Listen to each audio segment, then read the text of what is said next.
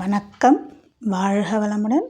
நான் உங்கள் ஹீலர், அக்குபங்சரிஸ்ட், மலர் மருத்துவர் மற்றும் மேனிஃபெஸ்டேஷன் கோச் கவிதா.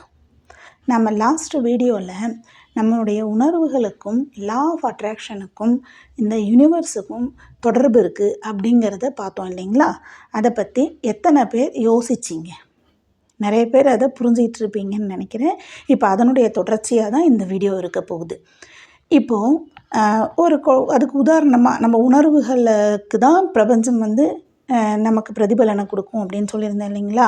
அதுக்கு உதாரணமாக இப்போது நம்ம குழந்தைங்க விளையாடுறத பார்த்துக்கிட்டே இருப்போம் இல்லைங்களா? ஓடி ஆடி விளையாடும், மேலே ஏறும், குதிக்கும், சைக்கிளில் ஓடும், இங்கே ஓடும், அங்கே ஓடும், ஒளியும்னு பார்த்துக்கிட்டே இருப்போம்.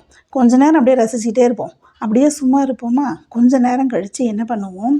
ஐயோ, இப்படி ஓடுதே இந்த குழந்தை, எங்கேயாவது விழுந்துருமோ அப்படின்னு நினைப்போம் இல்லைங்களா? நினச்ச உடனே அங்கே ஏதாவது ஒரு குழந்தை கீழே விழுந்து அடிபட்டிருக்கும்.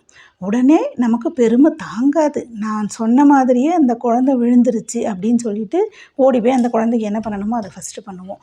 ஆமாங்க, நாம் நினச்சது தாங்க நடந்தது. ஆனால் இங்கே பெருமைப்பட வேண்டிய விஷயம் இல்லை. இங்கே தான் நாம் சிந்திக்க வேண்டியது இருக்குது.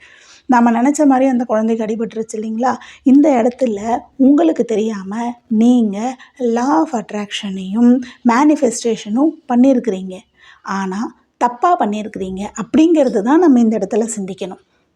இப்போது இதுவே நம்ம நினைக்கிறது நடக்குது இல்லையா? அப்போது நமக்கு ஒரு கோடி ரூபாய் பணம் வேணும், எனக்கு ஒரு வீடு வேணும், எனக்கு ஏற்ற வேலை வேணும், எனக்கு ஒரு நல்ல வாழ்க்கை துணை வேணும் சொல்லிவிட்டு நம்ம மேனிஃபெஸ்ட் பண்ணலாமே. ஏன் அதையெல்லாம் பண்ண மாட்டேங்கிறோம்?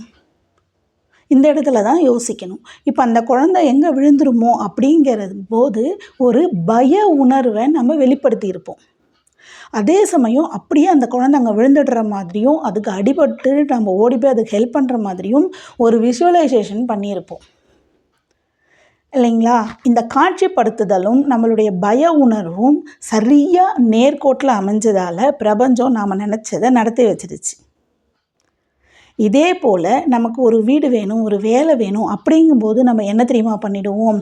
அந்த உணர்வு வரும், ஆசை இருக்கும், கூடவே ஒரு சந்தேகம், எனக்கு இதெல்லாம் நடக்குமா, எனக்கு இதெல்லாம் கிடைக்குமா அப்படிங்கிற பயம் ரெண்டும் சேர்ந்து வரும். இதுதான் தாழ்வு நிலை அதிர்வலைகள்.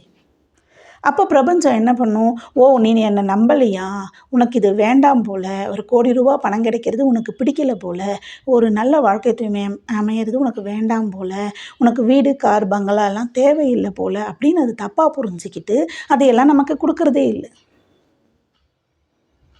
இப்போ புரியுதுங்களா? நம்முடைய உணர்வு அலைகளுக்கும் லா ஆஃப் அட்ராக்ஷனுக்கும் மேனிஃபெஸ்டேஷனுக்கும் நம்முடைய வாழ்க்கை முறை இப்போ இருக்கிறதுக்கும் ஒன்றுக்கு ஒன்று தொடர்பு இருக்குதுன்னு சொல்லிட்டு.